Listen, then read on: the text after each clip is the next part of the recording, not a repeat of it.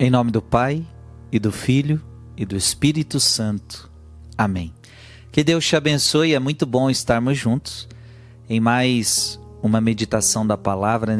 Quero meditar com você Marcos capítulo 2, versículo de 23 a 28. Jesus estava passando por alguns campos de trigo em dia de sábado. Seus discípulos começaram a arrancar espigas enquanto caminhavam. Então os fariseus disseram a Jesus: Olha, por que eles fazem em dia de sábado o que não é permitido? Jesus lhes disse: Por acaso nunca lestes o que Davi e seus companheiros fizeram quando passaram necessidade e tiveram fome? Como ele entrou na casa de Deus no tempo em que Abiatar era o sumo sacerdote, comeu os pães oferecidos a Deus e os deu também aos seus companheiros? No entanto, só aos sacerdotes é permitido comer esses pães. E acrescentou: O sábado foi feito para o homem e não o homem para o sábado. Portanto, o Filho de Deus é Senhor também do sábado. Palavra da salvação. Veja que os fariseus estão questionando Jesus por que os discípulos estão trabalhando em dia de sábado. O judeu leva muito a sério o seu sábado. Aliás, tem algo de muito bonito nisso. Para o judeu, o sábado é consagrado a Deus. Assim como hoje para nós católicos é o domingo. E você já pode se perguntar, mas por que não é sábado? Por que é o domingo? Por causa da ressurreição. Domingo da ressurreição. Então a Igreja Católica entende que o dia do Santo Sacrifício, o dia de preceito, agora é o domingo, é o dia da ressurreição do Senhor. Que é um dia de descanso.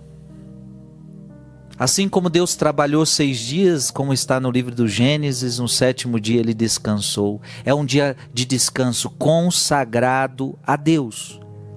Portanto, para o judeu ele levava isso muito a sério, não pode trabalhar. E aí os fariseus veem que Jesus está comendo, arrancando espigas. Mas vocês não podem fazer isso dia de sábado. E Jesus, a primeira coisa que faz com eles é mostrar Davi. Por acaso nunca lestes o que Davi e seus companheiros fizeram quando passaram necessidade e tiveram fome? Ou seja, Davi fez a mesma coisa. Por que vocês não falam alguma coisa? Porque os fariseus eram os mestres da lei, né? Jesus está querendo mostrar uma coisa muito importante.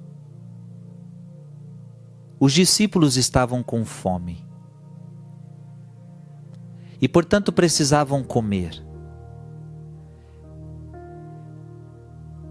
E os fariseus estão criticando isso, ou seja, eles estão olhando mais a lei do que a misericórdia. Os fariseus aqui, eles estão sofrendo de um problema. Além de deixar o trabalho, porque é dia de descanso, o problema é que eles também estão deixando a misericórdia. E veja, nós, às vezes na vida, nós vamos ter que deixar o trabalho. Faz bem às vezes, né? Deixar o trabalho, não é a hora de trabalhar agora. Não é a hora de estudar agora. Então tem horas que a gente vai deixar o trabalho, mas preste atenção, nós nunca podemos deixar a misericórdia. Não tem um momento da nossa vida que a gente vai dizer, não, hoje não é dia de eu fazer caridade. Hoje não é dia para eu não ser misericordioso. Hoje é dia, imagina, hoje é dia para não ser misericordioso. Hoje eu não posso fazer a misericórdia. Hoje eu não posso fazer caridade. Não!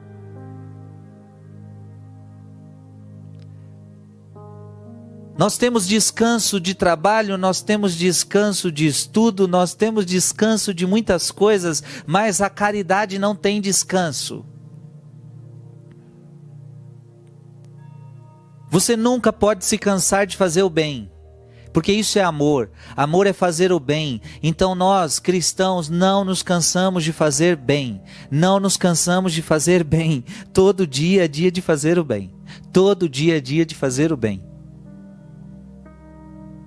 Tem gente que diz assim, a gente tem até um ditado, né? A paciência tem limite. Não. Na vida do cristão, o amor não tem limite. Porque paciência é um dos desdobramentos do amor. São Paulo vai dizer, o amor é paciente. Então pronto, o amor, todo dia é dia para amar. Todo dia é dia para fazer o bem. A própria igreja tem o livro de direito canônico, por exemplo, que é o livro das leis da igreja. E o último cânon é, a lei suprema da igreja é a salvação das almas. Porque a igreja tem um monte de regra, né? Só que para salvar alguém, você tira essas regras. Eu vou te dar um exemplo. Por exemplo, vamos lá, tem vários exemplos. Mas, por exemplo, em perigo de morte, a igreja ela abandona suas leis para que aquela pessoa receba a salvação. Se tiver alguém morrendo do seu lado, por exemplo, e ela não foi batizada, qualquer pessoa pode então batizá-la. Pegar água e dizer, eu te batizo em nome do Pai, do Filho e do Espírito Santo, amém. Ou seja, você quer fazer o que a igreja manda, você pegou água, você colocou na cabeça da pessoa e você disse, eu te batizo em nome do Pai, do Filho e do Espírito Santo, amém. A igreja entende que você pode fazer isso, em caso de morte. Por quê? O que está em voga aqui é a salvação daquela alma. E as leis que deve ser feito numa igreja, que deve ser um sacerdote, tudo vai caindo por terra para que aquela pessoa seja salva. Então até você poderia batizar em caso, cuidado, em perigo de morte, em caso de morte você poderia fazer isso. Então as regras, a lei suprema da igreja é a salvação das almas. A caridade está acima de tudo. A lei suprema da igreja é a caridade, é a misericórdia. As regras, as leis não podem engessar a caridade, não podem engessar a misericórdia.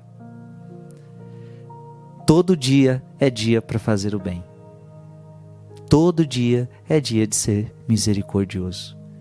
A salvação das almas, a misericórdia e o amor é a lei suprema da igreja. Que Deus te abençoe em nome do Pai, do Filho e do Espírito Santo. Amém.